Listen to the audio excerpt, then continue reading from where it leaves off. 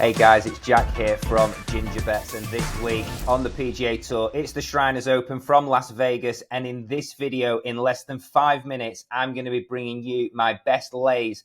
I'm going to be laying £3,300 in an attempt to make 13% profit, £400 that I'm going to look to make this week. We've had some close shaves this season already. Last week, we got lucky, playoff victory for Mackenzie Hughes. We laid Sepp Straka, so that was a nervous watch for sure. And just 2 weeks back, we had Justin Lower in contention. So let's hope that we can have a bit of an easier Sunday this week. I'm going to be doing this video in less than 5 minutes, so I'm going to get straight into the action. If you're not so familiar with Gingerbets, take a look in the description box below. There's a weekly newsletter that does the contrary to this. It brings you my best selections, my best outsiders, and a breakdown of all the key skill sets and course stats that you need to make your golf betting easy.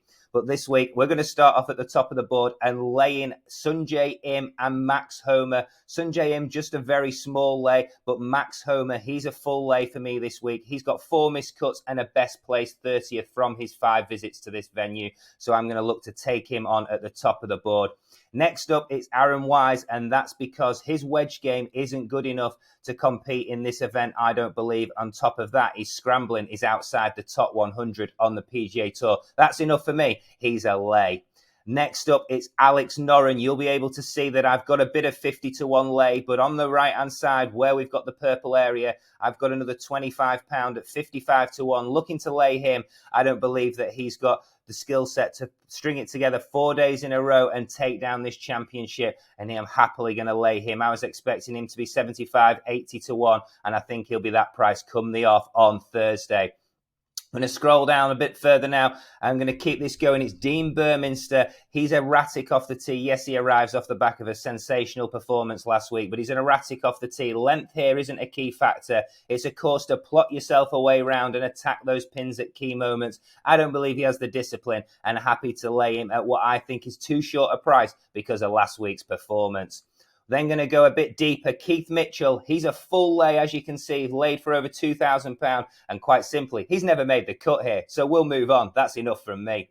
Nick Hardy, he's a player that I believe, again, is too short in the betting this week. He's available at 70-1, 50-1 with some of the sports books. That's because of last week's performance. But again, he's a bomber off the tee, and I don't believe that this track plays into his strengths at all. We've then got Taylor Pendrith. Again, I just think that he is too erratic off the tee, and his wedge game is not good enough in my opinion. He sits outside the top 100 from the key distance of 100 to 150 yards. If you're looking to get more stats, more detailed breakdown of the course, you can have a look at the newsletter that's in the description box below. It's sure to save you time, sure to make you more informed, and sure to give you an edge over the bookmakers. So go and check it out. I'm going to move down the board very quickly. We've only got 1 minute and 45 to go because I want to do these in less than 5 minutes to keep it easy for you to tune into each and every week and take away enough information to make your final portfolio picks. I'm then going to be laying Denny McCarthy, £30 at 60-1, as you can see here. I don't believe that he's in top form right now. His putting's not up to its usual standards. His iron play isn't, and I believe that he should be closer to 80-1. JT Poston, he's another lay. He's not had a top 10 since his victory at the John Deere Classic earlier this year. His wedge game is off, and his short game is outside the top 100 for scrambling and strokes gained around the green over the last 50 rounds on tour. That, for me, is enough to lay.